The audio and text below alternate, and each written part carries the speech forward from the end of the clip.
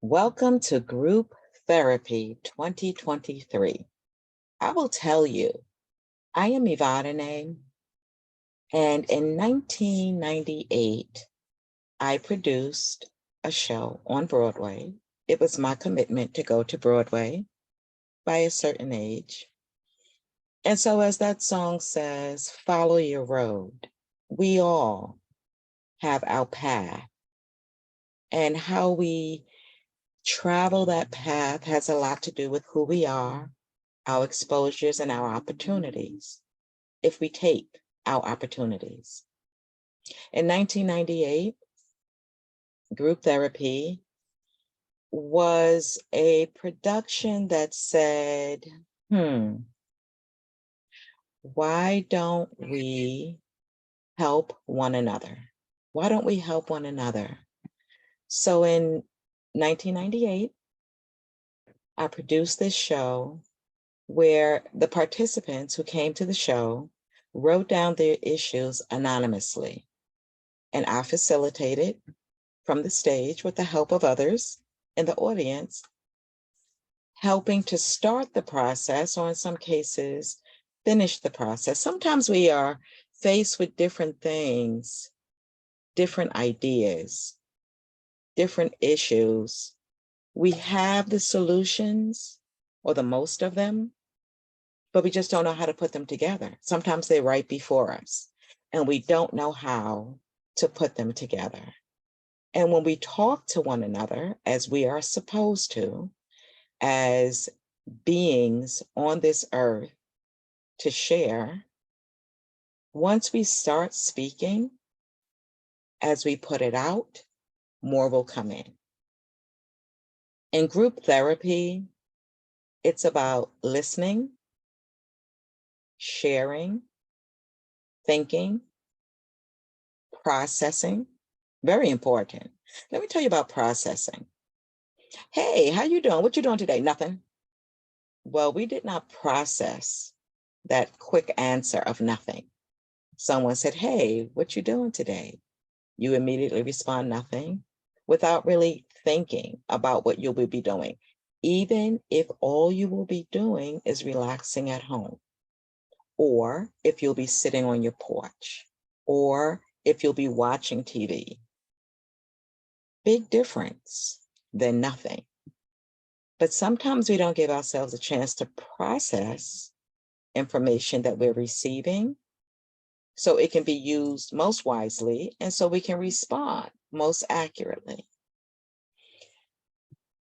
I enjoy speaking, and the song we just played, Follow Your Road by Seawind, that song was released in, I believe, 1979 or 1980, because you could be watching this in 20,000 and 150 million years from now, which would be nice.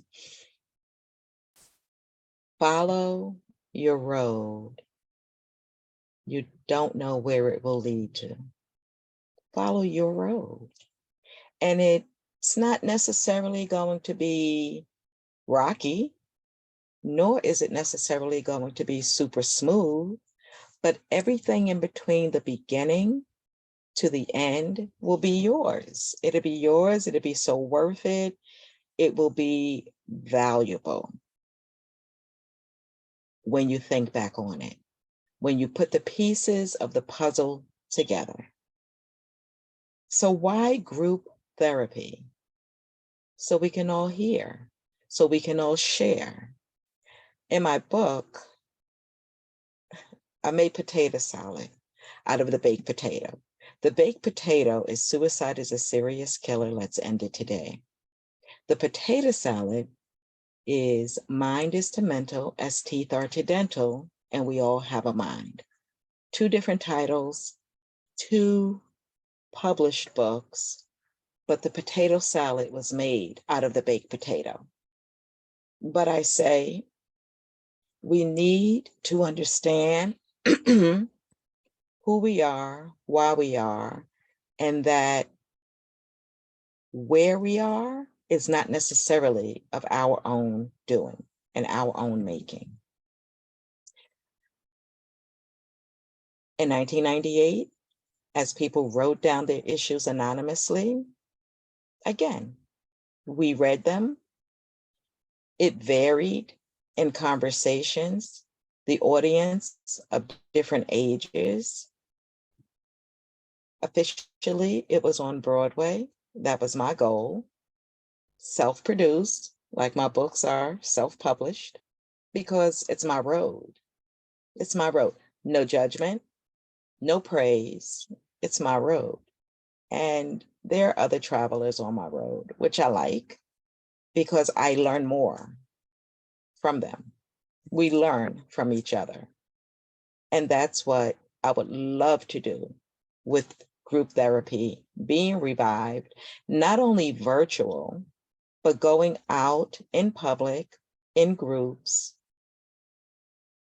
in barbershops and beauty salons. I'm not going to say nail salons because I'm not sure who's going to understand us, but bringing the talk to the people. Speaking of talk, Ivadane with Company, Talk Worth Listening To, is a talk series that I launched in 2011. It is now a podcast on Grown Folk Talking Express Yourself, which you can reach on huddle.team, meeting ID Grown Folk. I'm on Mondays from 4 to 6. There's a host of talk shows on that network, and it's growing. Everything starts somewhere. So we have about 18 or 19 shows now, and it's growing. And again, different subjects, talking to young people, talking to older people. It's grown folk talking. And grown folks reach a certain point, not the podcast network, but grown folk, we who grow up. We reach a certain point, and through that process, we learn a few things. But the one thing that's key is communication. However you are able to communicate, in whatever language you speak, communication is key. Knowledge is power.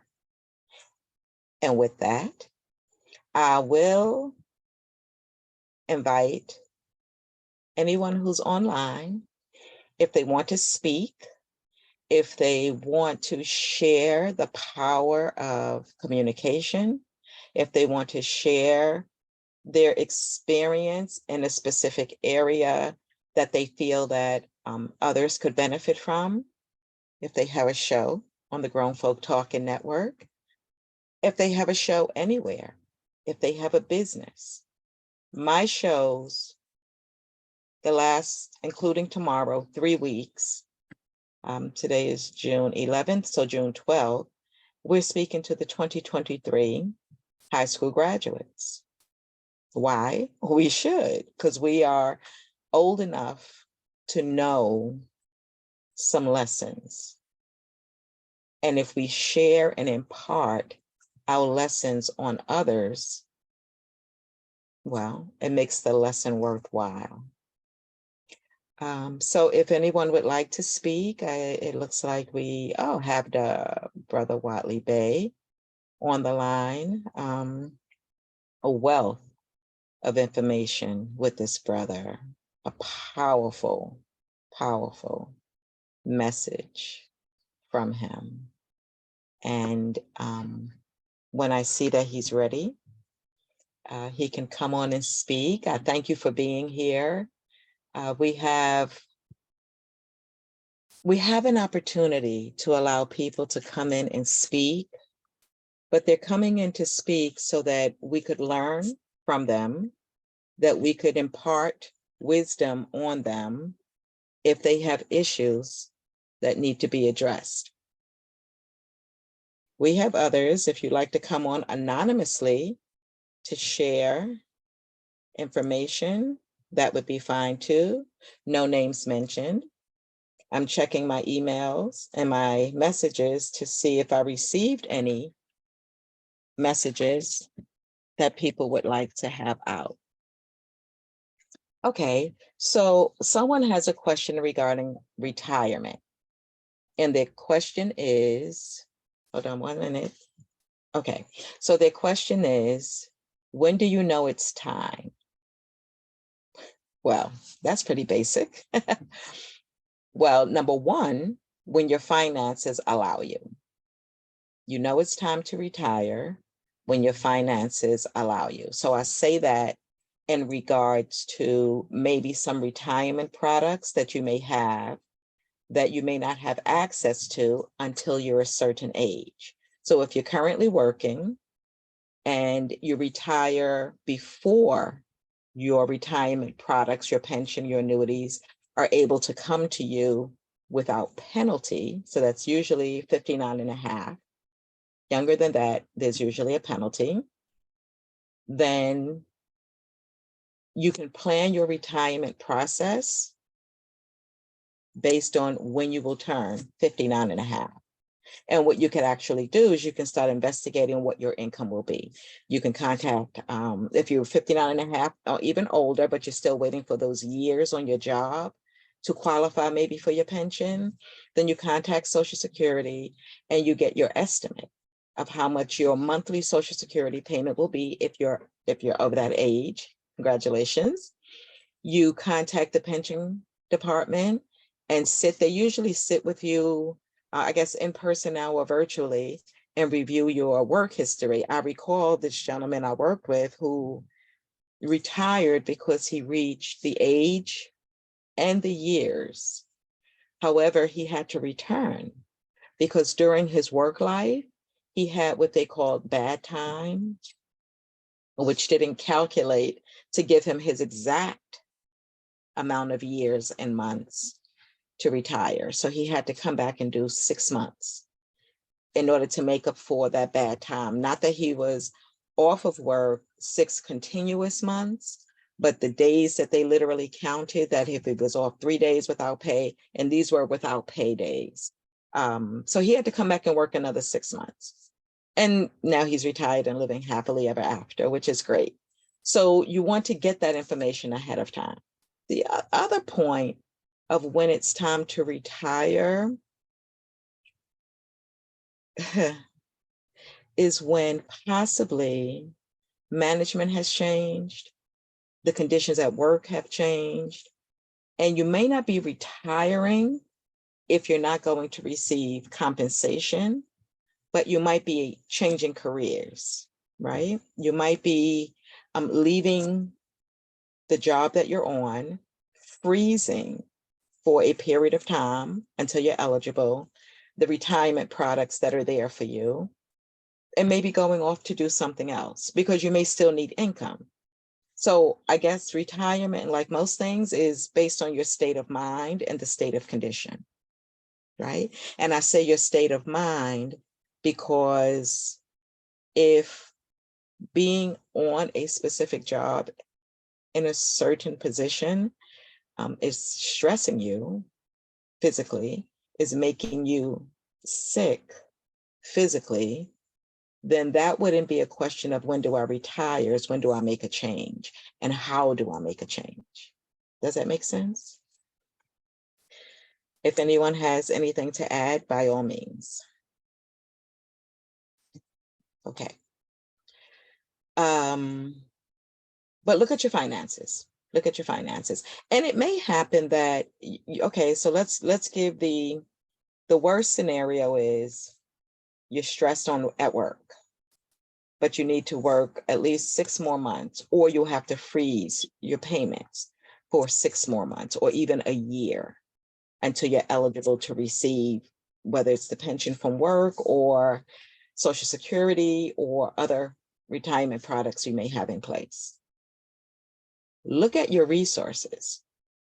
Look at other money you may have that if you did resign early, and sometimes they'll offer buyouts, but careful on the buyouts because with buyouts, they sometimes give you a lump sum, but no pension. It's almost like they're taking that money, not legally, but taking that money and giving it to you. Because some positions, if you leave too soon, then you only get what you put in. So really have the conversation with your HR and or retirement agent to make sure that if you resigned early to take that mind/mental health break and keep yourself good, that it won't revert back to just what you put in. I had another person who I worked with who reached, what did he do? He had 25 years, but he didn't quite have the age. And something happened at work. He had an accident at work. And so instead of going to light duty, which is not doing your job, but doing something lighter, he decided he was going to retire. But he opted into the 25-55. That's what he did. He opted into the 25-55. He was 55. No, he had the 25 years, but he wasn't yet 55. And so when it was told to me, because I was no longer on the job, but still getting the calls, which is good. When it was told to me, I said, no, he cannot do that. If he doesn't have both the 25 years and the age 55, it's going to revert back to the 62 that he was in, because it went from a tier 199. I think it went from a tier 5 to a tier 4 in that New York State pension creation. Anything more than 20 years on one job to me is a crime, to have to work more than 20 years in order to get a pension. I say that because I say if our children can give us 18 to 21 years and legally we can say, okay, now, see ya. You shouldn't have to give a job more than you have to give your children for them to reach the age of adulthood. So I feel that 20 years and out, which is some pension systems when other people were in position, 20 and out was the retirement, 20 and out, no age, 20 and out, which to me is fair.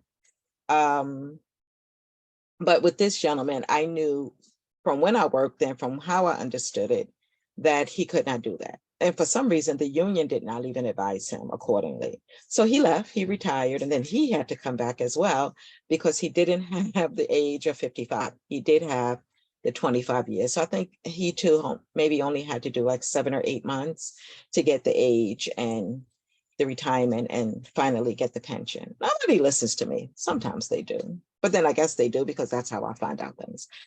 Okay, so look at your complete picture. But again, look at your resources, because if you can leave and freeze and still get it in a couple of months or a year, then look at what you may have saved. Look at what you may have been investing in without knowing you were investing in it. And now I'm going to go to life insurance.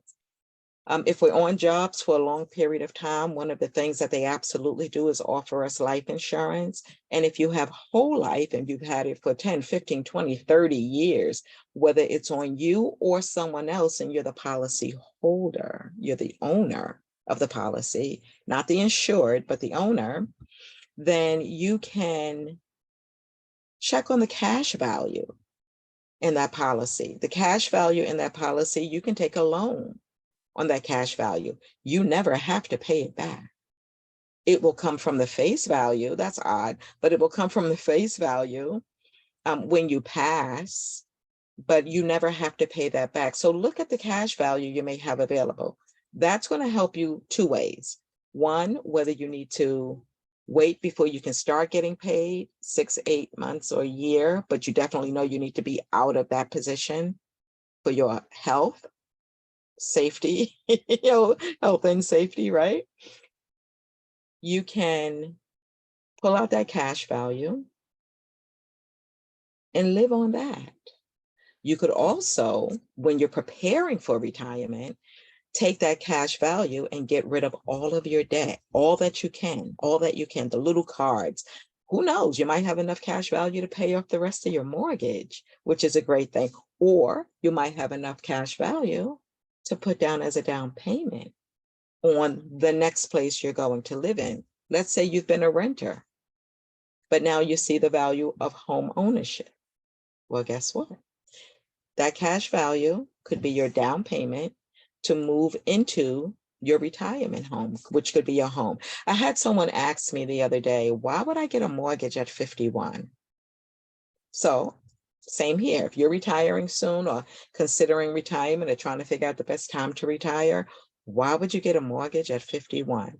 If it is an affordable mortgage, I told him it's better than being 70 and paying rent.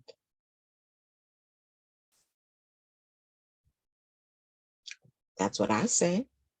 It's better than being 70 and paying rent. And I look at health conditions as we're saying, possibly, you know, the stress of work. In a half a second, your life could change regarding your health. You could have a stroke and lose the ability to do stairs, but live in a walk-up as a renter.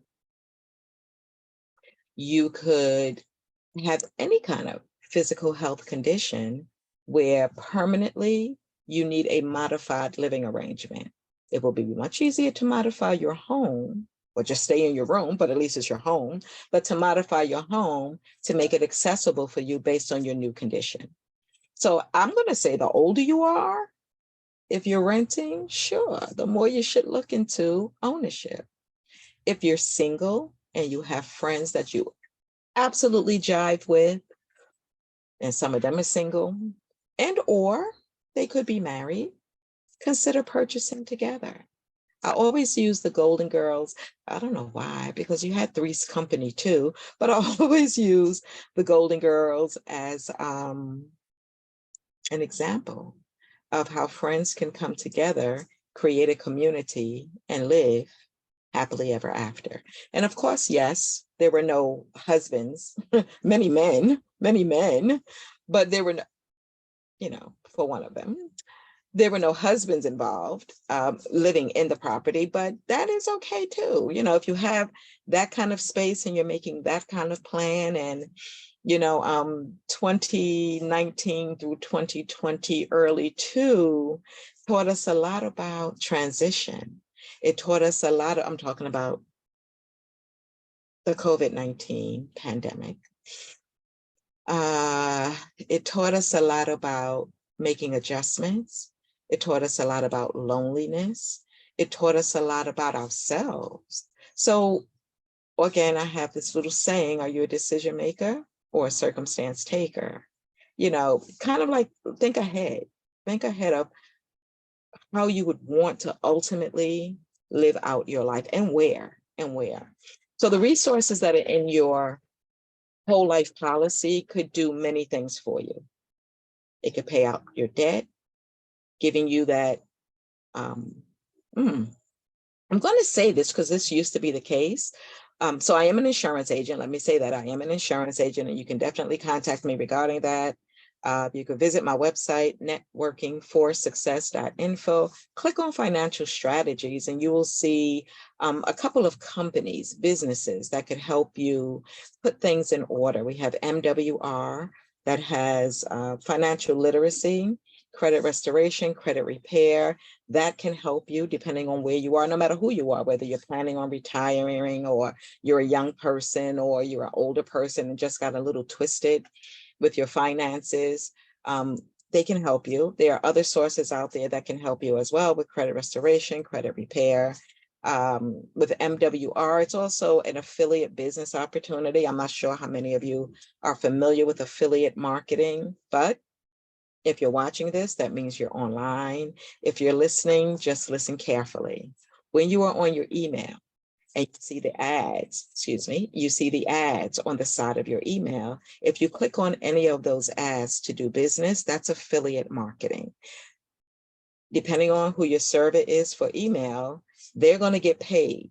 There's a sponsor behind that ad. You see the company, but there's a sponsor behind that ad. And when you click, if you purchase and do business, that sponsor gets paid. Affiliate marketing, kind of passive, as a matter of fact.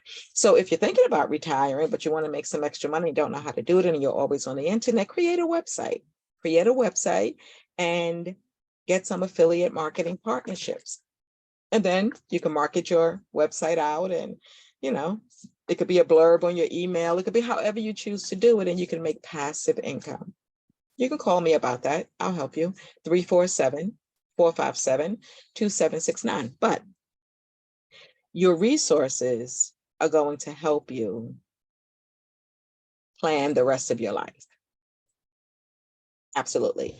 And if you, again, are interested in home ownership through that MWR program, processing through it and getting prepared for it, there's a Keys to Home Ownership program that can help you get into a home. Non-traditional, but effective. So we all have different situations.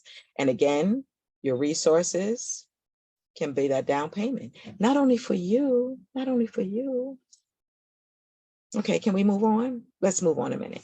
So retirement, look at your picture, paint your picture, get a canvas, literally a piece of paper, and write out where you are, debt, years of service, possible income, the many sources of income. And let me share with you also, if you are currently not married or separated, and you were married previously for at least 10 years, when you go to get your Social Security, they're going to ask you they should ask you if you were ever married.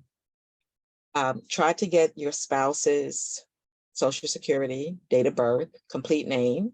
Start digging it up now, put it in your retirement envelope. I know I said I was going to move on, but give me a second. Put it in your retirement envelope, right? All the things that you're going to need to know. When you go to pull your Social Security, male or female, based on being married at least 10 years, even if you're divorced and never married again, you can get the better of the two in Social Security payments. If your previous spouse worked and earned more than you, your Social Security benefit can be higher than just on your working income. So keep that in mind as well.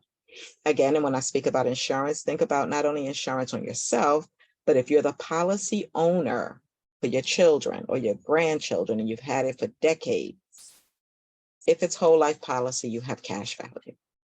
So let that money work for you. They're not, in most cases, going to give you that extra money on your policy. So if your policy value, base value is $20,000, but you have $8,000, $9,000, or $10,000 in cash value, they're not going to put that on top unless you have that rider in there. But it is available for you to pull out because insurance companies, they invest your premiums, which they can. They do anything they want with their money as long as they pay out appropriately when that time comes. But they can, when they make money, put some of that money into your account. So it becomes an investment, sort of, a passive investment for you. You're investing in your long-term life, and making sure your beneficiaries are taken care of at the end of your life. But because the insurance company is investing that money, you're also kind of passively investing as well because you chose whole life over term. Okay, so keep that in mind. But going to the young people, when I speak about young people and helping them get their start, one of the things you can do, let's say you have retired, let's say you have either retired or you're going to be set really well when you retire, but you have other retirement products in place, some annuities, IRAs, CDs that you've put away, or cash value in those policies. Give that young person a jump start on retirement. You can buy what's called a single pay annuity for an 18 or older grandchild or child. You can put a lump sum into that single pay meaning one-time payment annuity, and that's their retirement fund getting a jump start.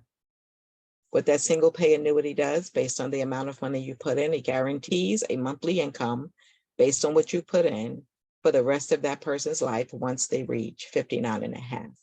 And possibly if they become totally disabled before that. I will have to check on that, but something just told me that was a possibility. Okay. So now we have another question. I'm sorry. Does anyone have anything to say before I move on about planning for retirement or anything else?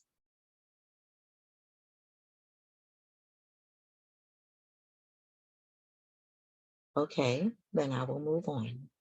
We have a question regarding a selfish mate. It says, I'm married 10 years and my wife only wants to do socially the things that she wants to do. Is that fair?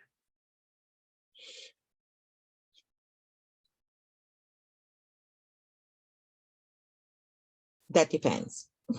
Okay, so I'll say on the bright side, if you and your wife have gone out socially and the things she likes to do, you don't, then you should not expect to be invited, right? You should not expect to be invited if you don't enjoy the things that she enjoys. And we're not talking about disrespecting your relationship, anything like that. This is in a respectful way, but what she enjoys doing socially, you don't. Vice versa. If the things you enjoy and suggest to do are things that she doesn't like to do,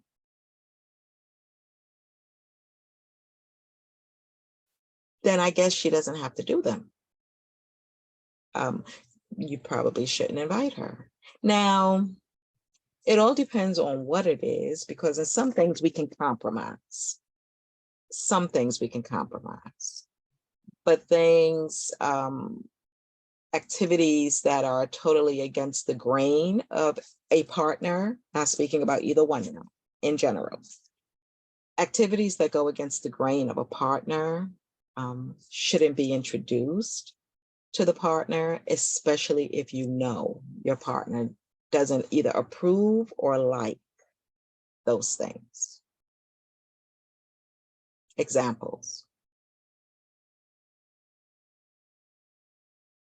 You like roller skating. And when you go to roller skate, there's loud music, because it's a party, for real. Well, if your partner is sensitive to loud music or loud noises, they wouldn't go. They wouldn't go. They shouldn't go. And it should be understood why. Let's go with family. Now, this is your wife or your partner. You've been together a long time. But your mate don't really like hanging out with your family. There's just something about the way they hang out. And I'm going to say, maybe you're a little different from your family. That's why you two are together. You're different, but they are your family. And some people are committed to family. Your mate will opt not to be around your family, not for social events, not for holidays, if being with them isn't good for them. Does that make sense? Is it selfish that your wife only wants to go out and do the things she enjoys doing? Back to the question, right? Your wife may just be selfish. She may just be selfish. But if that's not new information for you, then you should also be used to it. And I'll say, if it is a new characteristic, something that you weren't either aware of or a behavior that wasn't hers previously, then maybe you need group therapy. Maybe you need to speak to a third party together to see what's going on, to see what the changes are. We had a governor here, and I'm not going to be surprised if we hear it publicly, but I could tell 4 years, 4 years approximately, before the governor was out of office, that something was going on in the governor's mind, because the governor was no longer able to fake it as he was making it. He became very cynical, very punitive, very selfish. And I didn't know him personally. I in observing him and hearing the decisions he was making and how he was making them, I said, he's coming down with a mind condition. But what happens with mind conditions, I call it mind/mental health. What happens with mind conditions is that when people are around you, they sometimes happen gradually and people see it, but they just think, oh, that's just them. That's just them, until it's major and you have a diagnosis. So I say, if it's not a common behavior, if it's something that's kind of new with your mate, then you might need to talk about it. It may not be a selfish act, but maybe a self-protective act, because maybe their mind is telling them something different. Could be, it would be changing, but telling them something different. Our bodies will protect us. Our bodies will protect us. And the listening and paying attention mode that we should be in, it protects us as well. It gives us signs, it gives us signals to protect us, right? So I hope that helped a little bit. Anyone have anything to add to that?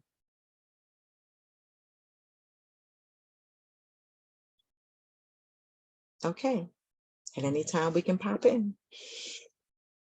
All right, what's the next one? Oh, okay. Well, this question is regarding the LGBTQ community, which is all of us, because we all live in the same community. But I'll say this. So here's the question.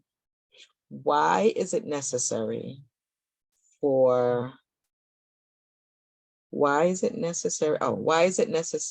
me to identify my sexual preference?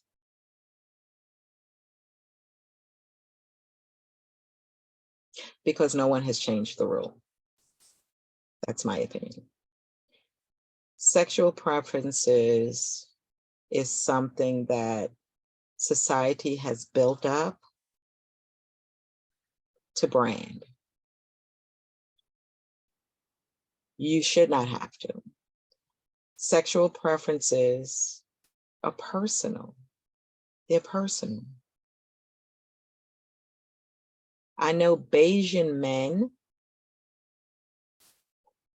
who you would think, Bayesian from Barbados, who you would think were in the LGBTQ community because of their way. They have a very chivalrous way. They're very flowing. Oh, that's a good word. Oh yeah, not fluid, but they're very flowing in their way. They're gentlemanly. They hold the door. They're just sweet. They're sweet. Well, period. Let me stop there. No, but they are very kind and very considerate. And they say Barbados is one of the most hospitable islands to visit. But they're not part of the community. They're not gay. It's just their way. I say no one should have to identify their sexual preference unless they are looking to date you. But society has put that in place so that they could brand it, send money down to support it, like it's a condition that needs to be supported, that they didn't create, let me say that. It's because of society. I mean, the fact that we now have to say, what pronoun do I want to be? I'm not a pronoun, I'm a human, right? So you don't have your age with this question. I know that it is a challenge for people to live their lives freely, whether you're part of the LGBTQ community, whether you're Mexican, whether you're Black, African American, whether you have an accent or don't have an accent, whether you are from officially the continent of Africa and you've just come in and you're living 13 in one house, there's conditions and branding that society puts on, and also that the community will put on to others. I hear people say that different ethnicities, they come from here, this place and this place, they come to America, they live so many in one house, they sell ices, they work for nothing, they're taking the jobs from us. We're all people on this great big earth. There's some on the other planets too, because man is doing their thing, but on earth we are all people. And the country that you're born in, you didn't choose it. The ethnicity that you're born under, you didn't choose it. The possible chemical imbalances according to quote unquote nature, you didn't decide on that. Who you are today is based on your parenting, where they came from, where they were when you were born, sometimes their DNA.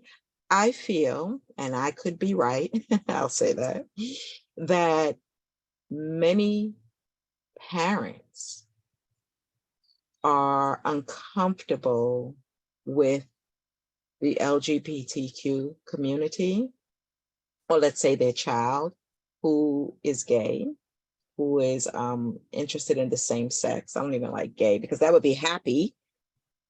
And many of them are, don't get me wrong, but I think parents are most uncomfortable because consciously and subconsciously, I like that, consciously and subconsciously, they feel it was their fault.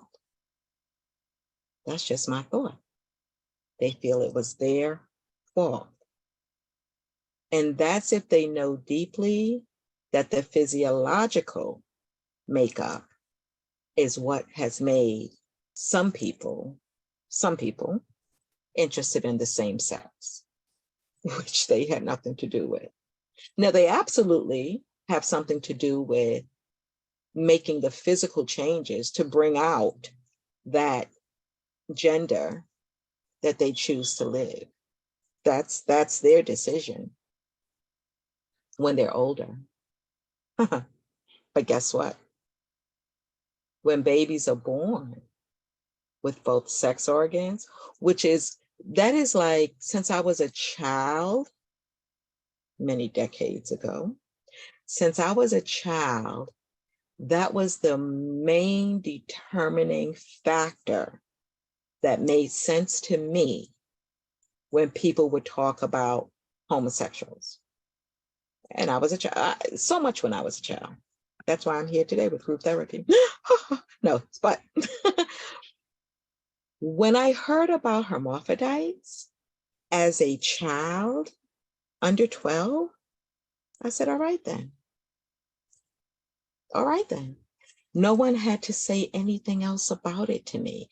No one had to go deeper and explain and bring God in. None of that was necessary for me as a child, because that is the most extreme example of a natural, I'm going to say, disorder that anybody could possibly need. That is the most extreme. Let's back up off of that. Women with mustaches, men whose voices never crack, tomboys, and sissies. When I was a child, now we're talking like, let's go 5.5 decades ago.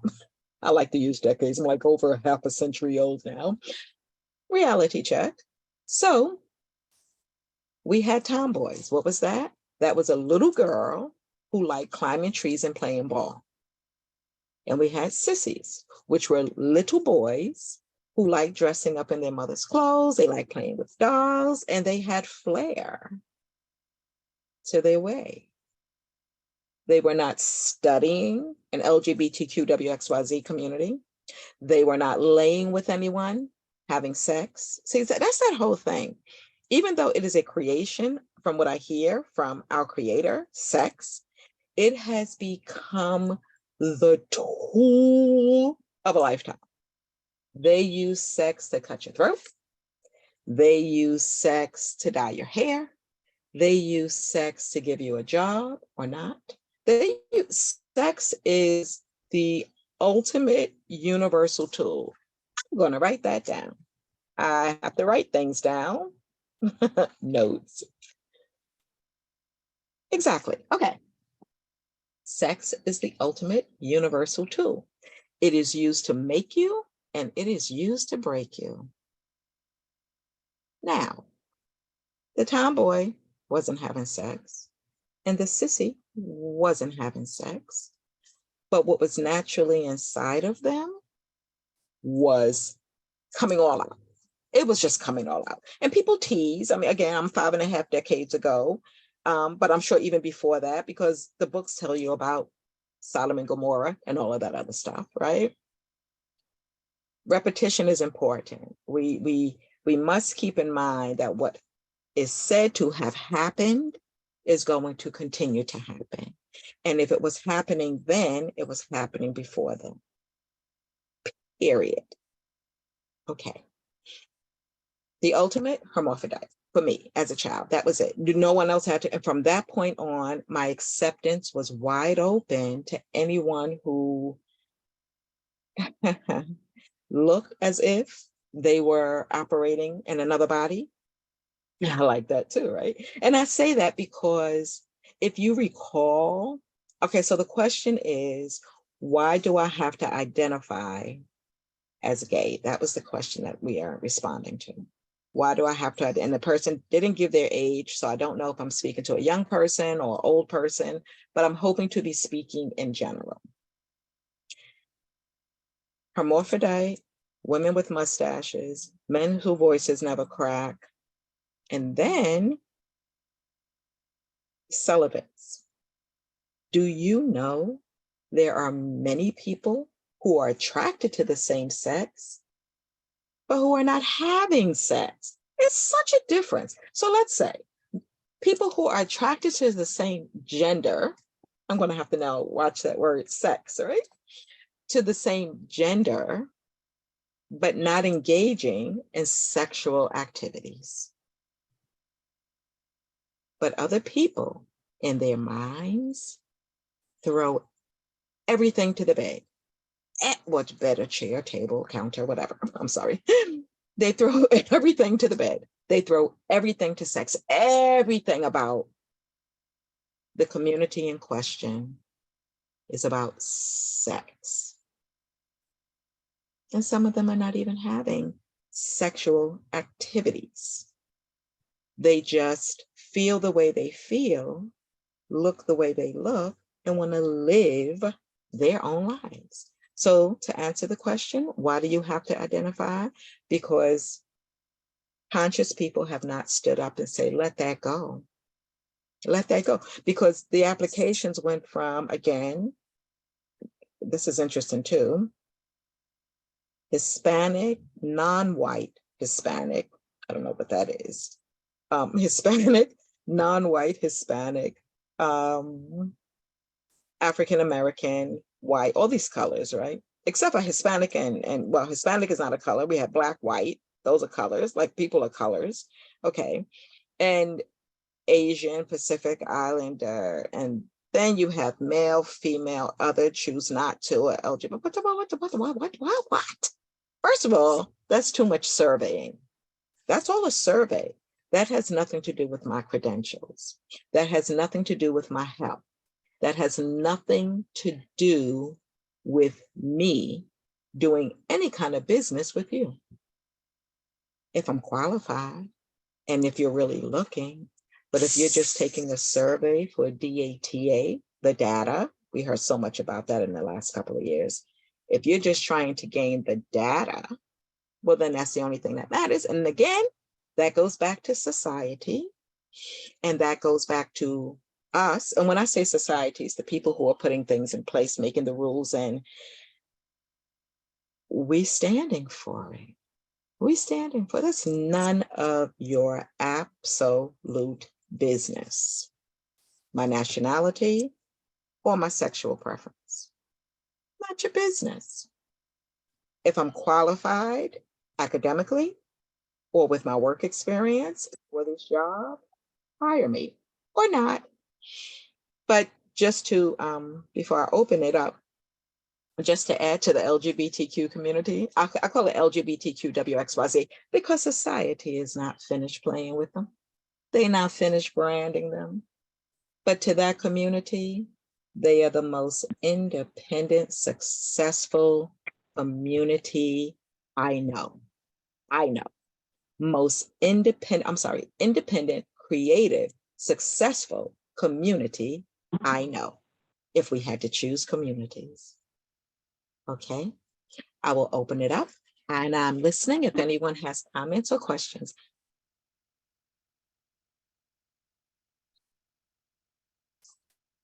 So what is the question? The question is, and I don't have it from a young person, why do I have to identify as gay? Why do I have to identify under the LGBTQ? I really don't feel like they have to at all. They don't have to do that if that's something that they don't want to do.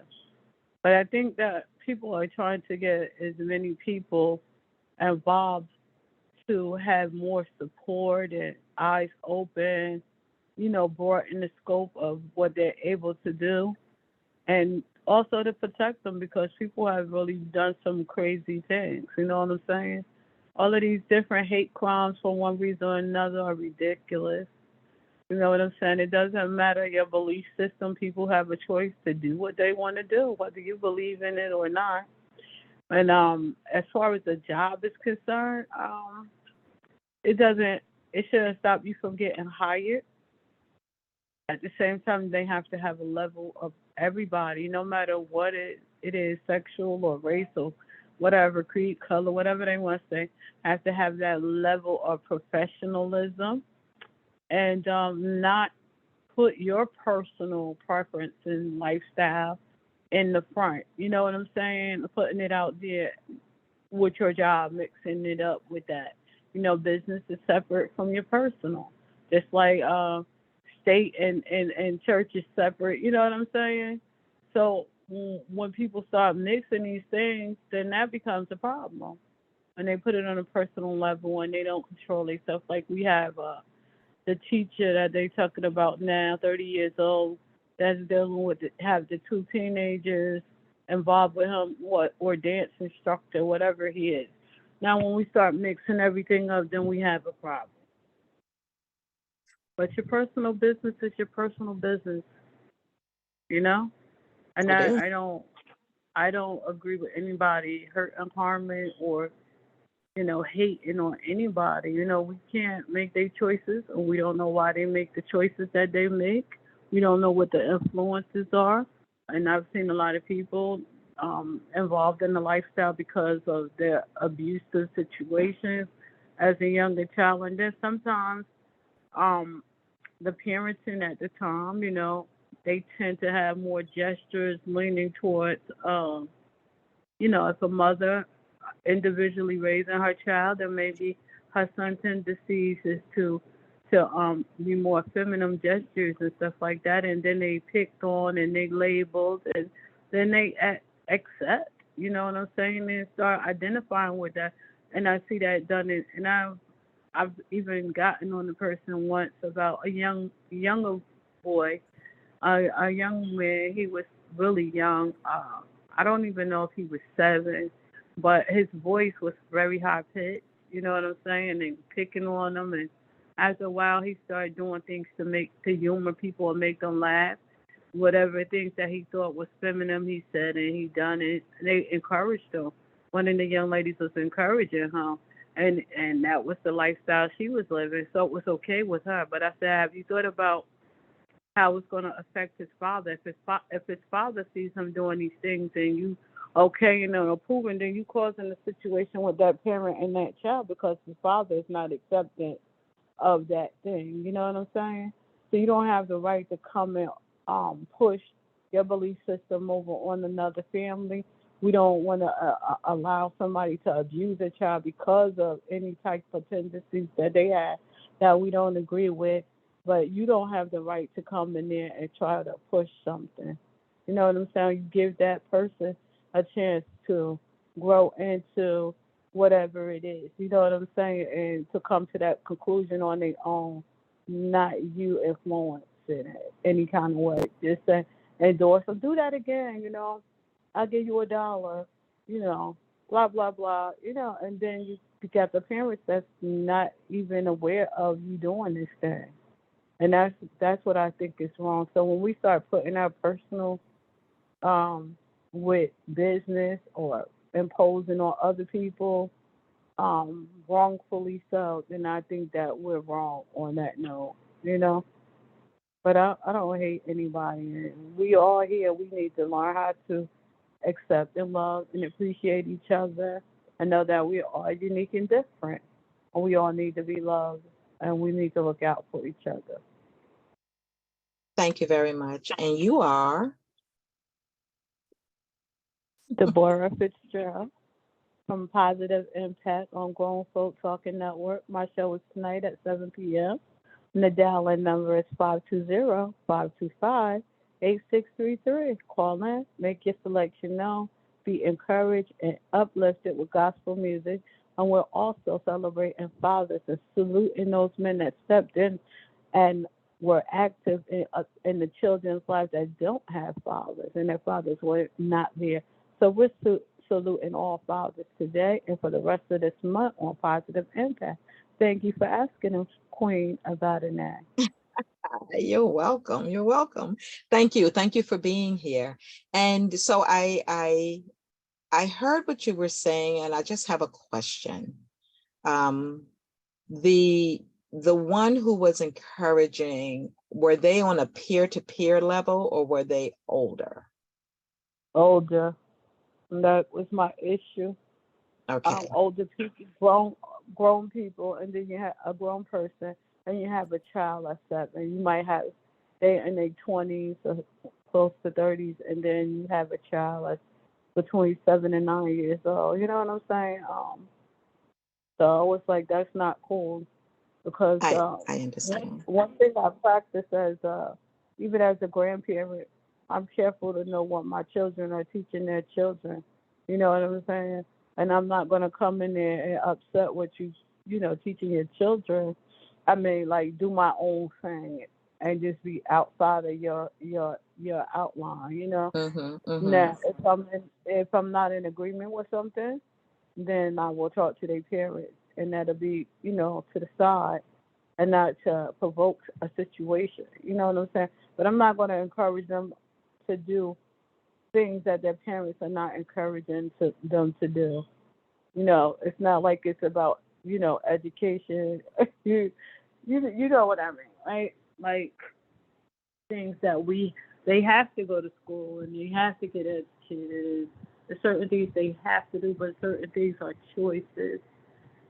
So we teach them the mandatory things, and we do teach them other things outside of that, but you have to be really careful with children because, you know, there could be a real big upset with a big blowout, a big problem, even, you know, a court case or something like that, because it's like you influencing kids. It's like you giving them a drug or something, a legal drug. I mean, you just can't go in there and do what you want to do with other people's children. No, I understand. And so, thank you. I was just, of course, wondering if it was a peer-to-peer situation or if they're older. And so it says 2 things, like you said. You have to watch who your children are around and know who they're around and their capabilities. But also it shows that there needs to be more conversation about life and life experiences long before people are in those situations. Because if we don't teach them and encourage them, young people, if we don't show them, like I say that when you mention drugs, I had just written that down too. When we tell our children don't do drugs, a lot of times we don't show them what the drugs look like. or we're not very clear on how the drugs could be introduced. And I give the example, right? And I give the examples of peer-to-peer. Oh, take this, it's going to help you study. Oh, take this, it's going to help you sleep. Oh, take this, it's going to make you better on the basketball team. Oh, you don't realize it's a drug. So when we're not having those clear conversations to warn them against not only the item, but the language of introduction, so drugs, sex, behaviors, if we don't have those open conversations with them, then we won't know. I think Freedom Writers, that movie, was a very good movie for adolescents. I felt it gave a lot of lessons, a lot of good experiences, and I'm sure there are others, but that's the one that just popped in my head, Freedom Writers. So, parents, if you're listening, young people, if you're listening, pull that up. It's a movie, it's titled Freedom Writers, and it's centered around high schools. It's centered around a high school setting and a teacher and the dynamics of adolescents and the different things that they go through. And I feel that's what we need to do. And sometimes we can't speak it. So that's why I share with parents who are listening. Sometimes we don't know how to have the talk. Yeah. We don't know where to start. The birds and the bees. What the heck? There's a bird chirping right now outside of where I am. Not speaking a language I understand, other than making me say, wow, the creator is really powerful that these birds are actually having conversations with each other. But I don't see no bees. What is the birds and the bees? Speak clear language. Speak clear language. I remember that movie. Oh God, Danny DeVito, was it Who's Talking Now? John Travolta, I think it was. And when the movie came on, the sperm and the egg were inside the body kind of meeting, and I'm like, wait, what? Which is how it all starts. It's the begin, right? Who's Talking Now? I think it's Who's Talking Now with Danny DeVito and what's her name? The lady from Cheers.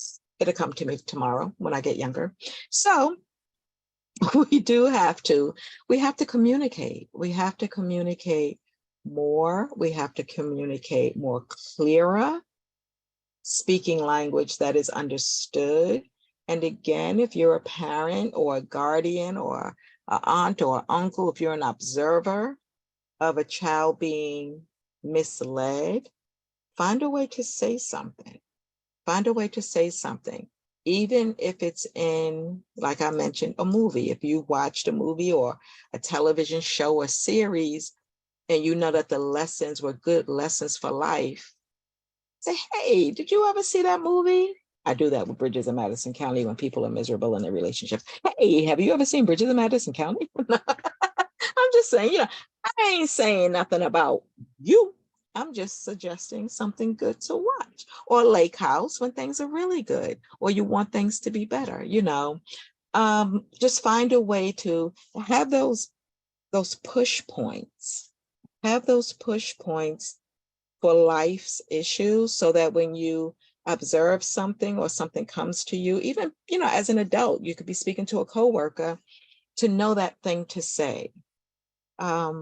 Because you have your push points in place. You don't have to expand on it, but make it effective push points. And let's see. Go ahead, Deborah. I was just getting ready to say, yesterday I had a conversation and I was just saying we need to learn to be confident in ourselves and understand that people that we have in our circle have to be people that love us unconditional, accept us unconditional as who we are. You know what I'm saying? Because there's a lot of pressure trying to be somebody that you're not, And even with our young adults exploring, finding themselves and coming into themselves, where they at today, maybe they won't be tomorrow. Who knows? You know what I'm saying? Mm-hmm. So what we need to do is to allow them to grow in, like you said, the push points, the conversations, the learning experiences, all of those things going to work together and work things out. You know what I'm saying? But what I find that people do a lot of, it's the same thing that people do with someone's in an abusive relationship. They pound on the person to do differently. You know better. You know better. You shouldn't be involved in this situation. You're stronger than that. You're better than that. But the heart is there. You know what I'm saying?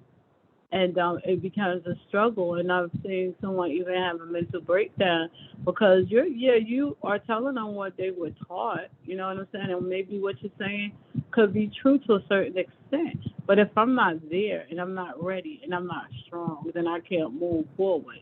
You know what I'm saying? And everybody pulling from different directions and that person being in love, then they end up having a mental breakdown, you know. So we cause damage, and sometimes people are just saying, I'm not going to let you control my life. So they decide to stay where they are to show you that they're their own person and they can do what it is that they want to do and nobody's going to control them. So people do things for different reasons. So we have to understand how to talk with with each person, how to respect them, how to have those conversations, and like you said, be clear and have some understanding, some compassion, because people have a lot of judgment going on. But guess what? Maybe it's not you that have this particular issue, but you do have an issue. Whoever you are, we all have issues, so we have to learn. You know, just like sometimes in a religious background, oh, I'm better than you because I don't smoke, I don't drink. You know what I'm saying? I'm not partying in a club. I save my money. I'm this, that, and third. But when you open your mouth, it's like bitterness and hatred and malice. I mean, it's like vile. Every time you open your mouth and say something, you're in comparison to somebody. You're better than everybody. You can't encourage people or build the people up, or you only can select few you can encourage, and some you got put down because they're not doing it your way. So we really need to examine ourselves. Stop trying so hard to assess everybody else. Assess yourself. You know what I'm saying? Self check. Right. Check Self check. yourself. How they say, check yourself before you wreck yourself. How about that? I like that. Yeah, before you wreck somebody else too. You know what I'm saying? But you have to check yourself because you're doing damage. Everybody's voice is being heard by somebody. We don't know who we are impressing, making an impression upon. So then I mean we have to be careful. And I feel like this. I seen a situation last Sunday, and it was leadership, and they were saying we had a whole fallout, and it was men and leadership, and they said, you know what? The thing I respect the most of the conversation, they said, it's like we had this whole big blow up in front of everybody, and guess what? We were wrong. And so the same way we had a blow up in front of everybody, we're coming back to apologize to everybody and to each other because it should have never happened like that. And that's what I mean. That's why I said real people do real things, real men do real things, real women do real things. It's time to grow up. That's right. And so if you mess up, go back and fix your mess. That's right. Don't just leave a mess there. You know what I'm saying? Emotional damage and abuse and hurt and stuff. If you can go back and do something to mend, then you do go back and mend. Go back and apologize. Some people, and I really hate it, that they can't even apologize. You are not bigger than life. You're not bigger than God. You know what I'm saying? You can go back and you can help somebody get through their issue or their problem because you can say I was wrong and I was in an argument with my son and I just snapped and I said something to him and it really hurt him. And I was trying to be the winner of this argument. And I'm like, what's the cost? You know what I'm saying? The cost is great. The damage could have been devastating and great. You can't take the words back after you said them. But after you go back and let them know where you were coming from, that shouldn't have never happened like that. I was wrong. Then you could start making amends and start, building back up. That's right. You know what I'm saying? So that's right. That's one. Can I say something real quick? Hi, and you are, yes. Thank you. I know. No, I was going to say, everybody is not an expert advisor. And, I agree with what Deborah was saying, but if I'm giving you advice, in my mind, I think I'm giving you the right advice and it's going to go well with you, but you're not picking up what I'm putting down. And you're going, oh no, I ain't going to do that. But I don't know that. So whose fault is that? Yours, because in my mind, I gave you advice and you didn't follow it. So if it doesn't work out, that's your fault. So we have to be careful. I say that to say this. We have to be careful who we ask for in advice. I always say, I go to my mother to tell me what to do. I go to my grandmother for advice. Because my mother would say, this is what you need to do, and she expects me to do it. And my grandmother, I'll ask her the same thing, and she'll go, well, you could do A, B, C, or D. Now let's talk about the differences. We're going to work with and it's a personality difference. It's not. It has nothing to do with intellect or knowledge. Some people are just so confident in themselves. What should I do about this? Let me tell you what to do. And it may be something you can actually put in place, and it may not be. That's all I'm going to say. Thank you. And you are? Adrian. And Adrian has a show on that Grown Folk Talking Network podcast too? Friday nights at 6:00. Can we talk with Adrian? Thank you very much. Thank you. I have the books, and I have in the book that when you communicate with someone, to know that they heard you, especially if it's something important, ask them to repeat it back to you the way they understood it. Because a lot of times we can fly information and it goes out, but not always received in the way that we intended it to be received. And sometimes we may not have said it exactly the way it should have been said. So even though it might take a little bit of time, if it is important, tell me what you heard me say. Tell me how you understood that. And that's especially important when you're speaking to people who are from different countries, because our words here in America could mean something completely different when they're put in context when it goes to someone else from another country. So I have in the book, if you talk to someone and, their eyebrow goes up like they've had a triple dose of Botox, and you didn't mean for that to be the case, then ask them, what did I just say to you? What did you understand?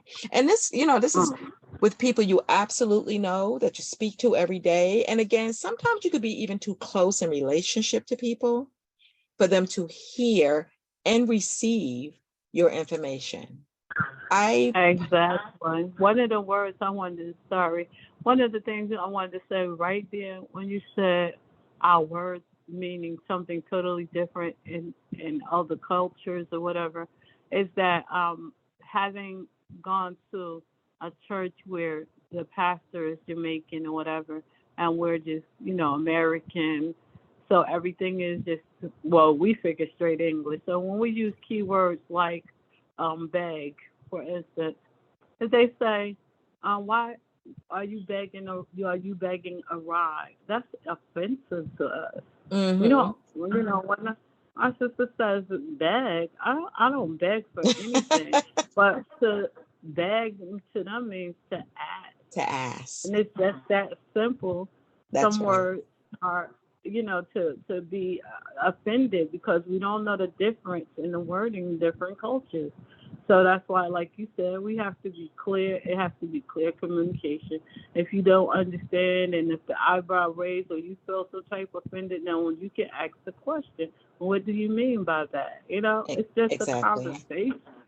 And then other people cannot, like you said earlier too, they don't, they're not able to straight tell you exactly what they mean. As soon as they come out, you just gotta let the words fall out their mouth. They gotta blurt it out sometimes.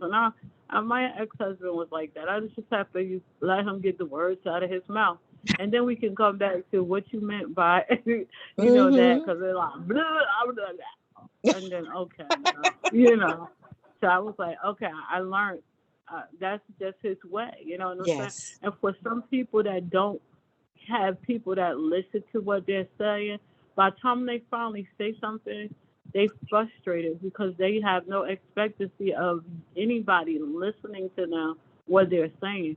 So now by the time they're talking, they frustrated, they blurt it out, they edgy, they seem angry and hostile or whatever because they're not used to people giving them a listening ear. So it's gonna come out all wrong. So that's why you have to pay attention to the people that you're interactive with and learn how to listen by what you see and what you hear. Body language and everything is important. Absolutely. That is a piece in my book, Body Language. How you reading my book? No, I'm only kidding. I'm only kidding. Of So, course. No. so it is so true. That is true. And you touched on a couple of things that I wanted to now go to relationships because we have a question about relationships and astrology and employment. I'm gonna go to employment first. Life's changes, because this question is, hold on a second, let me read it right. So it says, I'm currently unemployed and everyone in my house works. I feel useless. What can I do? Well, go get a job. And I say that easily. Sometimes we are holding out because it sounds like this person may be looking but not working. Sometimes we're holding out for that perfect. Sometimes you have to go through the imperfect to get to the perfect. So go out and apply for work in something that you're qualified to do. It may not be the perfect thing for you, but it's going to make you part of the employed household. You're obviously feeling a little inadequate, and you must not be used to that. So if you're unemployed and everybody else is working, you also probably don't have your own money. All of this may be new because you're talking Mhm. about it, you're asking about it. So go to work. Go to work. If you have a license and a vehicle, call me. I'll refer you to some, driving jobs. If you don't have a vehicle, but you have a license, go and seek a driving job. Maybe you need to upgrade your license to a CDL, a Class C. You could drive Accessoride Mobility and other transportations commercially ambulate. If you upgrade it further to a B, you could drive buses. And some of these companies you can go and apply to, and they will train you to pass the CDL test. So you're getting paid while you're Yeah. training, and you could pass the CDL test. If you don't have a driver's license and you want one, go get one. Okay, out the way. If you don't have a driver's license, what skills do you have? If you used to work, look at the one thing in the work you used to do that you really, really enjoyed, and think about who could use that. Think about who needs that. If you were working in, let's say you were a super of a building, but now maybe the building changed management or has gotten torn down. That's happening a lot in our society, so they can rebuild differently. In your job duties, you were handling many things as a super. If you go work at Home Depot or Lowe's, I am sure that you have expertise that can help a customer find what they're looking for, to help them with a fitting for a pipe, to help them with an electrical outlet, to help them with lighting, to help you. And I'm just saying, if you were a super, because you were doing all of those handy things, you know what I mean? If you Right. don't have a security license and you want a security license, contact a security school, contact me, 347-457-2769. I have two that I can refer you to. If you want to go into construction, contact me. I have someone giving OSHA classes. And from what I understand, once you complete the OSHA classes, she's turning you into joining a union in the construction field. So if any of you know anyone who's looking to do that. I'm not sure exactly what states she's covering now. I know definitely New York, hopefully New York and New Jersey, since they kind of close, and maybe New York, New Jersey, and Maryland, because she has ties there as well. Give us a call. Right. Give us a call. Email me, teamfollowme@yahoo.com. Call 347-457-2769. Go to my website, NetworkingForSuccess.info. Go do that. Do that stuff. And I hope this has helped. Any suggestions, Deborah? Yes. I like what you said about what is it that you were doing before. Not necessarily that you even have had a job doing it before, but what do you like to do? Because you always talk also on several podcasts about what's your passion. So when finding your passion, try to roll into your creativity. You know what I'm saying? And like you said, find an avenue for something that you love to do, because maybe it's as simple as baking cookies or muffins or cakes, or you know what I'm saying? If you have a catering ability, if you want to go to the health department and take the basic classes where you can go into any kitchen and cook, and you may be wanting to cater events and, doing Mhm. something from home, hook up with Uber Eats and Lyft, and you may be able to have a product delivered from your home to someone else, and you never have to even leave out your door. Where Mhm. are your inventive, creative skills at? Take advantage. Don't be afraid. But while you're doing those things, it also is character building for you to, just like Ivadane started out with, go get a job, a simple job. I have my friend that when he was at a hard time, he had to go get a McDonald's job. But guess what? The McDonald's jobs helped him get into an apartment, and that led to another job and another job and a Right. better job and higher paying job. So sometimes you just have to have the spirit of humility. You have to come humble, and you have to learn things along the way, along the course.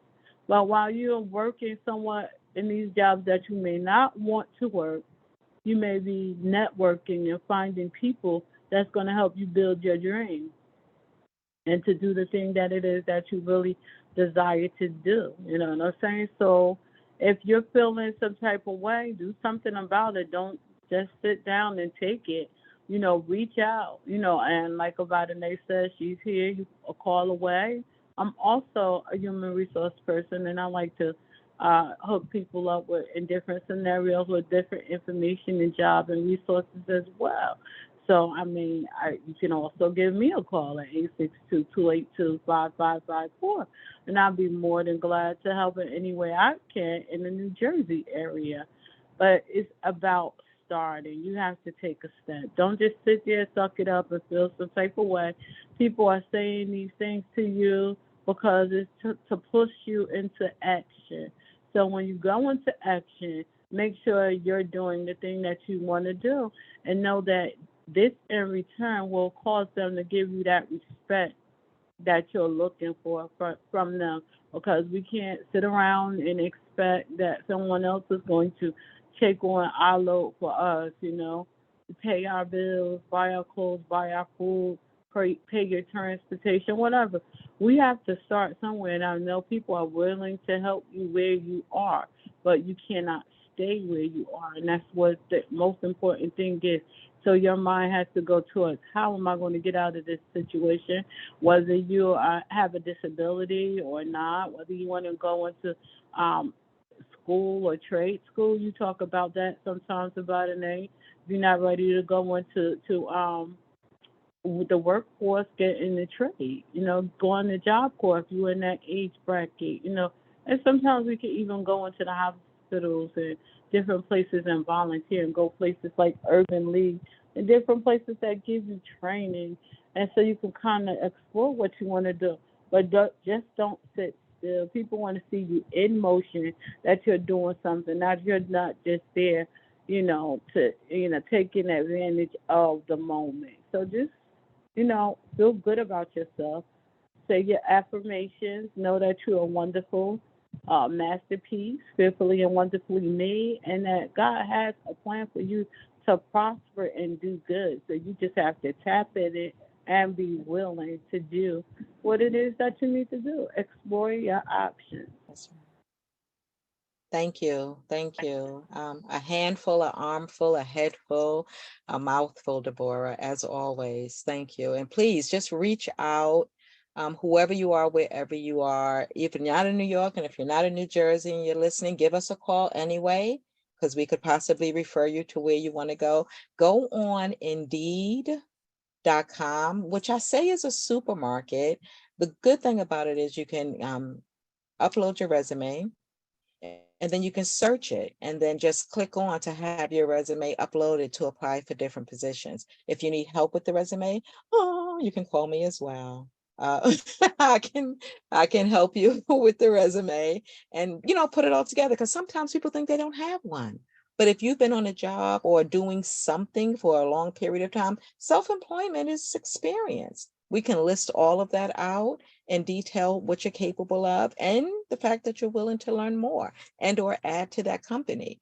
Also, go directly to the companies. Like Indeed is I say a supermarket, but go to the company's websites directly that you feel like you would want to work for. Guess what? If you work for the airlines, you get to fly for free. So go onto the airlines and see what kind of entry level position is there for you.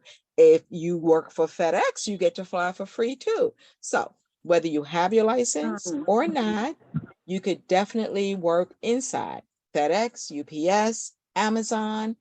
Start doing something to change the dynamic of your household. If you want everyone in your house working and you want to feel valuable, again, I'm going to say, go do something. Doing something is better than doing nothing, like Deborah said. When you are at home, the only thing that's coming to your house, to you, the mailman, used to be the milkman, the police, EMS, and that's it. So unless you want to do business with any of them 100% and they're going to pay you, you don't want to always be there when they show up. You don't even want the last two to show up. You don't want EMS to show up and you don't want the police to show up. But they would be showing up to give you notification and or maybe pick you up. You want to definitely get out of the door and do something. Even if you just get sunlight, you have no idea the power of having sunlight. But when you don't have enough, depression could set in. Vitamin D deficiency can cause depression. Depression as in, woe is me, why not me, why if me, why everybody else. It should be called why-pression. It should be called why-pression, right? Woe-pression. But it can easily set in where you feel like, oh my God, this is not what I expected for my life. But if you can say that, say instead, Yeah. this is what I am expecting of my life. Change your language to change your situation. Go ahead, Deborah. I was gonna say, you know what? We always seem to be on the same wavelength with so many things. And when you were saying, you know, how depression can set in, you know, how the scripture says the idle mind is the devil's playground. You know, people may not want to associate, may not be really know about that scripture so much, but really, too, when I hear that scripture, sometimes it just brings back to my mindset that, you know, when you sit there and you just allow things to happen, it just gives you a whole negative mental vibe. It makes you feel like you're inadequate and you can't do nothing. So why should you sit there idly and not do something? You have to get moving. That's your way of fighting back, you know? And I just wanted to say that. So don't let depression sit in. Get busy. Like you said, do something. That's exactly correct. That's exactly correct. Because it takes a half a second for your life to change. And downhill is quicker than uphill. And obviously, it's not what you want. Sounds like you want more, or you wouldn't be asking the question. So I'm glad we were here. Anyone else have anything to add? Okay, we can come back to that. Astrology. This question is on astrology.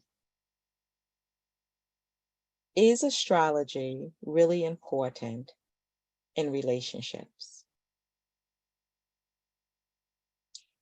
I'm going to say yes. I'm going to say yes. And the basic why is because our universe is inclusive of everything, and everything matters.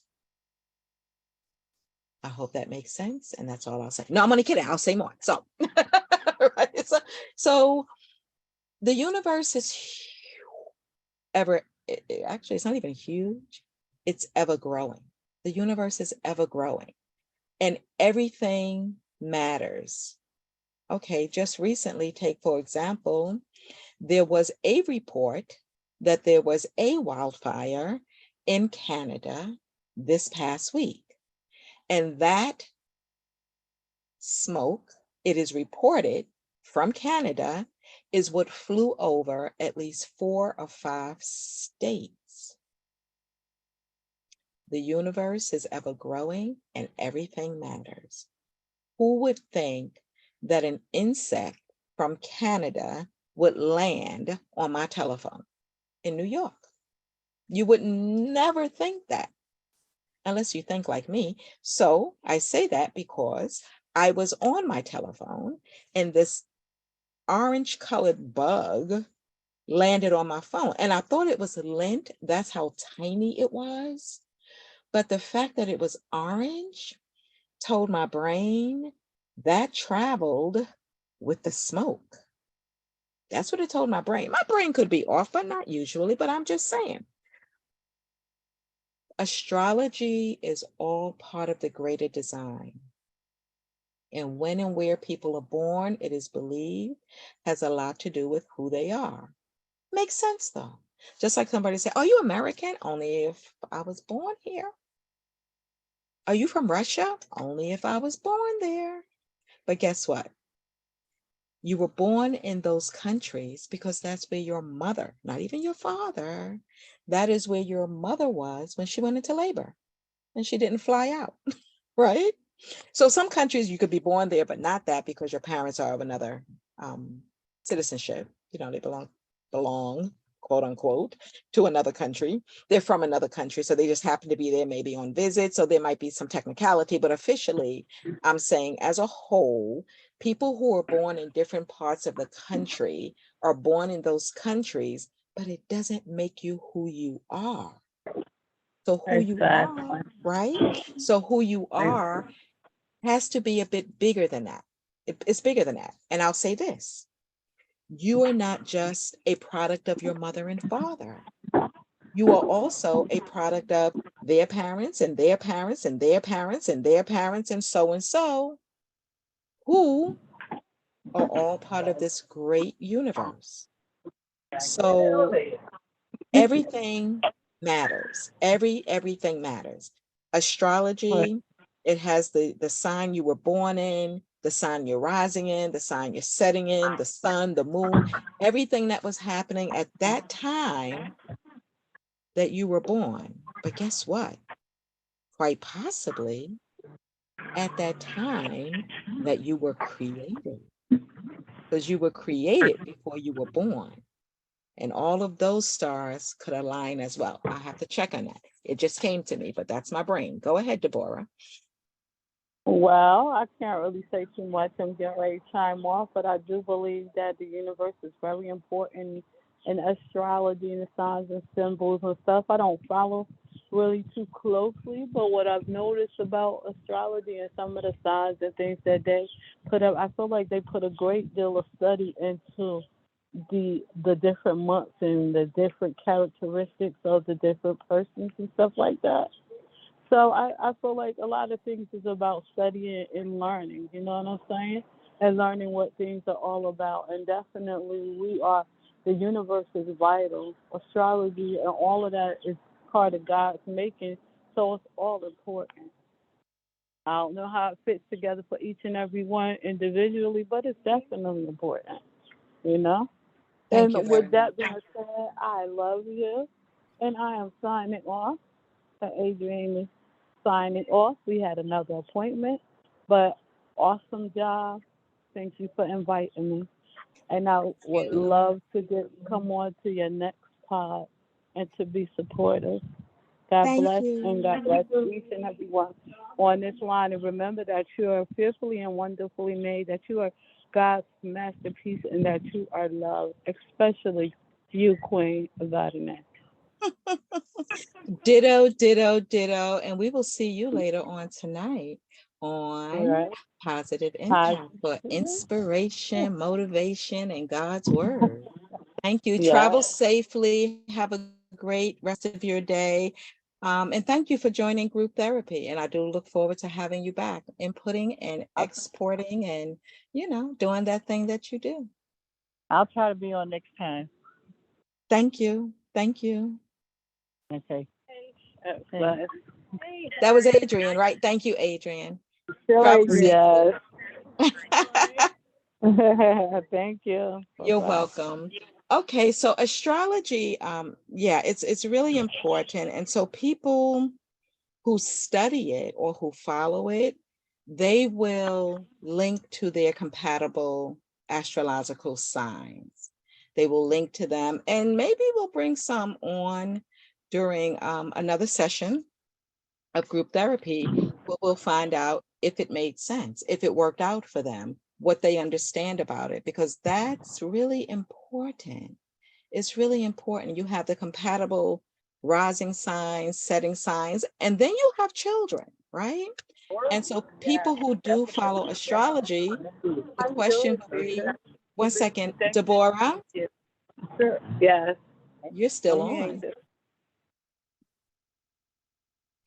So it's most important that we figure out how it's working for people. I have no doubt in it, but I would like to know, because again, you match up for yourself.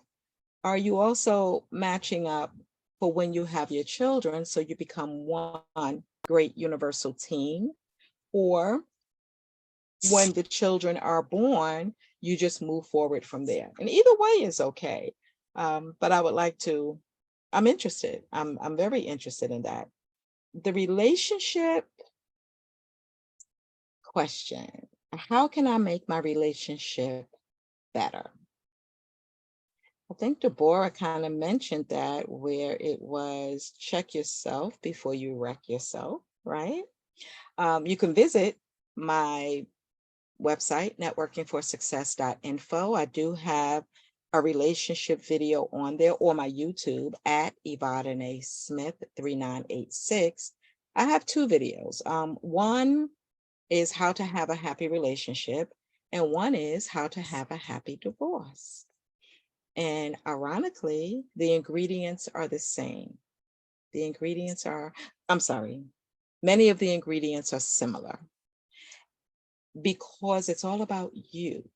It's all about you knowing who you are, bringing you to the table, and your partner bringing one whole self to the table, and coming to the table happy. Coming to the table happy. But a relationship is like a business. Okay, so who am I speaking to? I don't know, again, age. So relationship is like a business or a partnership, or hooking up with a friend and making plans. Let's say making plans if you're, a younger person. So you and your friend make plans to do something. In order to make those plans, you have to look at all the ingredients that are going to make that event successful. So you have to look at when you're going to start, what you all are bringing to it, and when it's going to end. That's what you have to look at. In a business, you look at how you're going to start it, what your intention is for success, who's going to be a part of it, that's inclusive. And then once you put the plan in place, you have to come back and revisit. You have to come back and revisit the plan, making sure that as you're moving along in your day to day, and this is back to relationship, as you're moving along in your day to day, that you are on track. And if you're not on track, kind of see where it got off track. And it could have been a good off track. It could have been that you were doing something that you had a plan to do and something else came up that really fit into that plan, but it wasn't in your original plan. So look back and see where you got off track, how it's working, and now you may need to make adjustments in the rest of your plan because it's new. So in a relationship, you come in whole and happy, and for someone to make you happy. And while you're in it, you do your best to remain, in my opinion, two things. And this is excluding children in the plan and children in the process. You come in to make sure that you remain you and you remain the you that became the we. Sometimes people separate the you when they become a we. And that's not who came to the relationship. You came to the relationship. The other person came to the relationship, two individuals. And you came together to make a we, but you don't give up you. There's nothing about you that should be given up when you become a we, because it's all that you are that made that we happen. You got that? How can you make your relationship better? Communication. Communication. Keep revisiting the entities in that relationship are the most important entities in that relationship. Keep communicating with each other, keep exploring each other, keep exploring self, because unless you're living in a cave, it's pretty chilly, but unless you're living in a cave, you're out, you're about, you're working, you're doing, you're learning. Continue to talk to each other about you're out and about and moving and doing and learning your experiences of the day, your plans for travel, your keep revisiting each other so that your relationship keeps growing and bubbling like champagne or sparkling cider, no offense to anyone, seltzer water, my favorite. Keep your relationship bubbling. Anyone have any suggestions, any comments? Yeah, I'd like to make a comment. My sister, Good afternoon. how you doing? I am wonderful. Thank you for being here, Brother Thomas Watley Day. Oh yeah, it's my pleasure. I've been enjoying the conversation. Sometimes, you just sit back and just listen to the conversation and enjoy it. And I do that every now and then. Sometimes there's no need to be heard, but there's always need to listen. Thank you. But I do like to make a couple of comments um, based on what was said, if I may, um, as far as um, relationships are very important. They're paramount to life itself. Understanding relationship, we all have relationships with life itself and all aspects of life. Uh, what what makes it challenging is that a lot of us, unfortunately, are not aware of the relationships that we are a part of, simply because we're just not aware of it. But that doesn't mean that it's not a relationship there. It is. It has to be. We're part of His creation, and all creations are linked together. Now the challenge in life is to see how you're linked to all creation, and that's a lifetime experience. And some of us are actively involved in that learning process, and unfortunately, some of us are not. And those of us who are not, they're not aware of the fact that a lot of the challenges that we're experiencing is in life is because of our lack of understanding of how we're related to life. And so I find myself um, fascinated with the topic of astrology and how we are related to all aspects of astrology.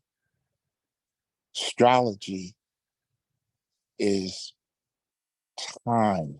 It tells you the time of day if you know how to read it. It's like a clock of destiny. Again, if you know how to read it. And so astrology is very, very important in life, since we are all a part of life. And it's amazing because our ancestors knew that. And unfortunately, because of how we have been, how can I say, how we have been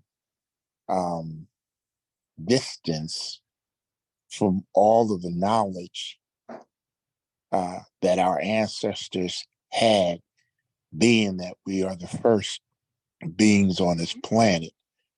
It comes with a lot of knowledge, which comes with a lot of responsibility. And so, again, one of the challenges that we have, being who we are, is to restore what was, how can I say it, to restore what was severage from us as far as our ties to our ancestry, lineage, our bloodline. One of the ancient African proverbs on the temples of antiquity is the phrase, know thyself. It's a very important phrase because until you do know yourself, how can you know others? Because it always starts with self. And one of the unfortunate occurrences that happen to us is the fact that too many of us don't know ourselves. And as a result, because of how it was planned, that we were given an identity, thinking that that was who we are, because we lost the connection of our ancestry. And that was by design. But again, that's all a part of knowing your history, knowing yourself, knowing exactly how you came to be what you are today, and realizing what needs to be done to restore your true self. Because a lot of us think that how we are today is what we are, not realizing that that's the furthest from the truth. Because if you know how you're linked, the time, the passage, where there's no separation between the two, that is continuous, understanding that process will lead you to understand what needs to be done in order for us to restore our true selves. So I just wanted to kind of give a little insight as to the challenges and the work that needs to be done in order for us to restore to our true self, and not the self that was created by those who are currently, how can I say it, those who are currently in the power structure today.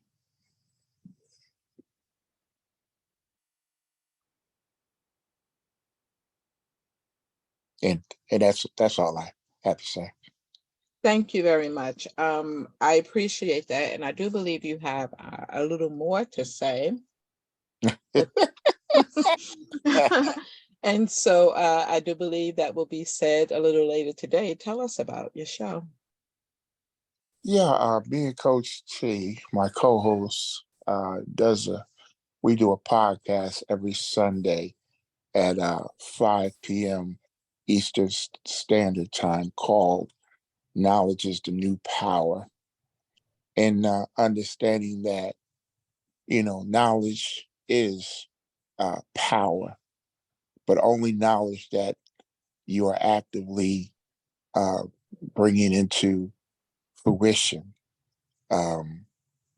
If you have all this knowledge, but you're just sitting on it, then naturally it'll never turn into power.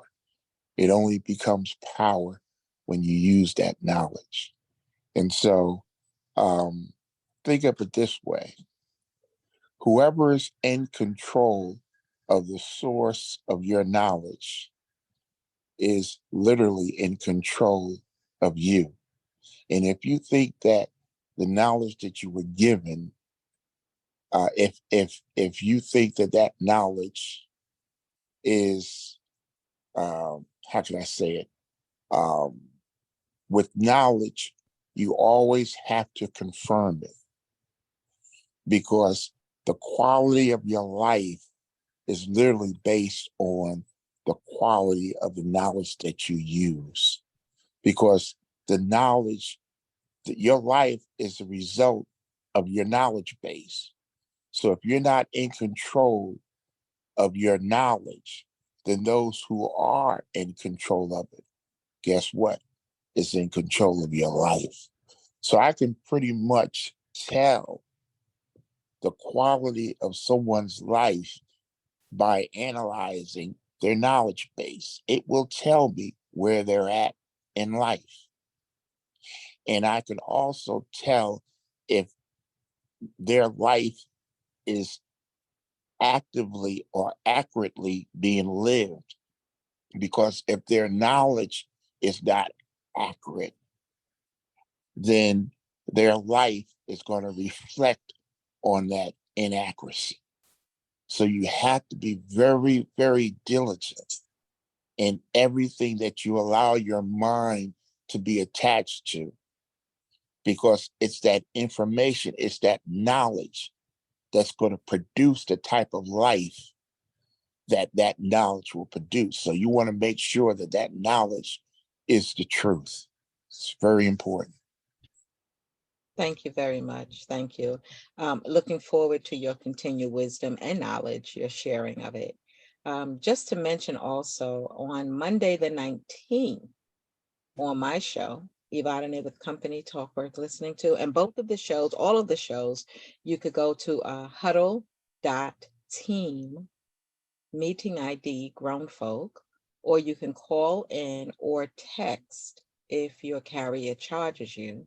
You can text call me to 520-525-8633. I seem to have run a series on talking to our 2023 high school graduates on career, on getting started with the next part of their life's play. And so tomorrow on June 12th, I'm going to host part 3.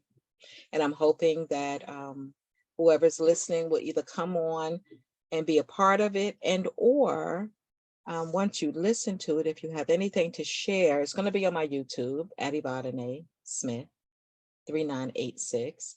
It'll be on my YouTube, and you're probably watching this on my YouTube if you're not watching live. But it's the sharing of information, knowledge, right? If we gather it and don't share it, then it becomes a little useful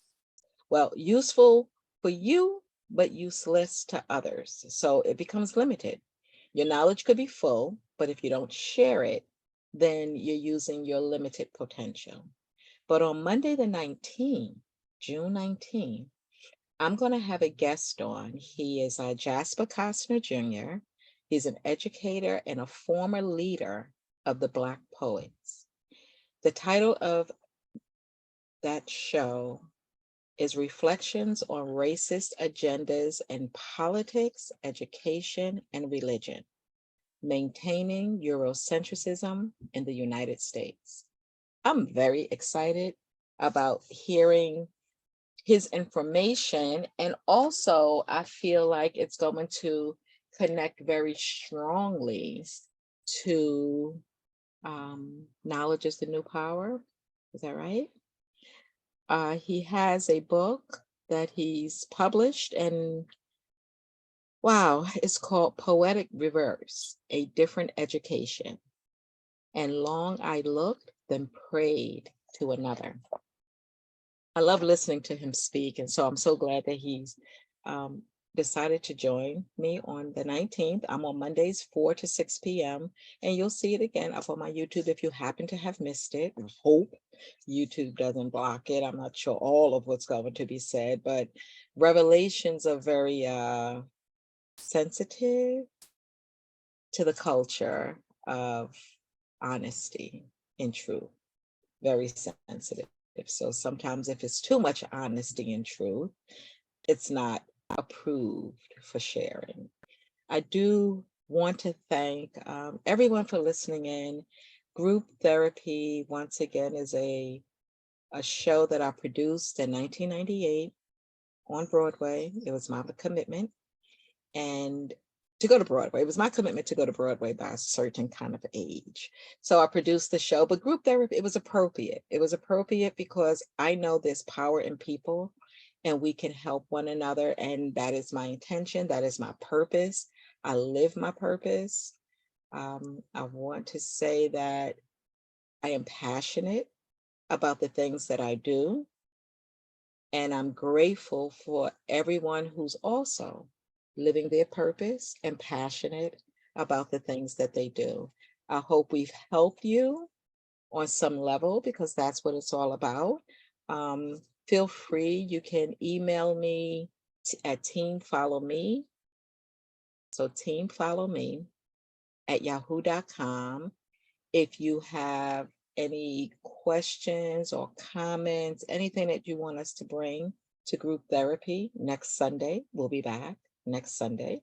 Next Sunday's Father's Day, as a celebration of every single day, celebrating every single body. We do have the secular holidays.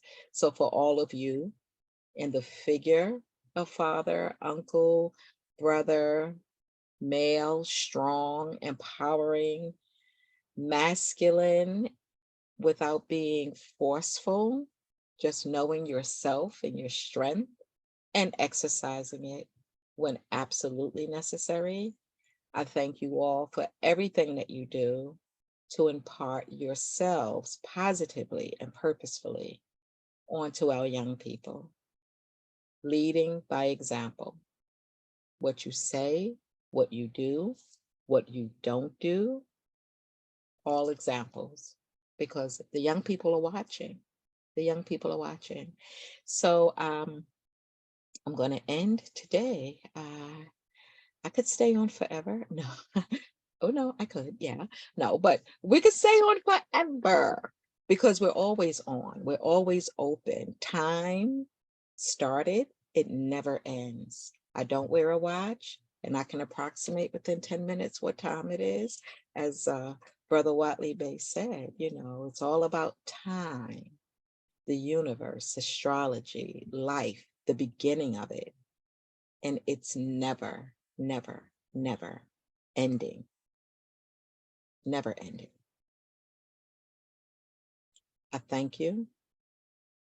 I will see you all again, whether it's tomorrow from 4 to 6 or Monday, or next Sunday at 12 noon again. If you need another time, if you have something to share and you can't make it during those times, contact me, 347-457-2769, and we will pre-record your input, your questions, your answers. You know, technology, they taught us the power of it because, again, it is all part of the universe. We're just, you know, capitalizing on its use. I will say thank you. I will say have a great every day and be well.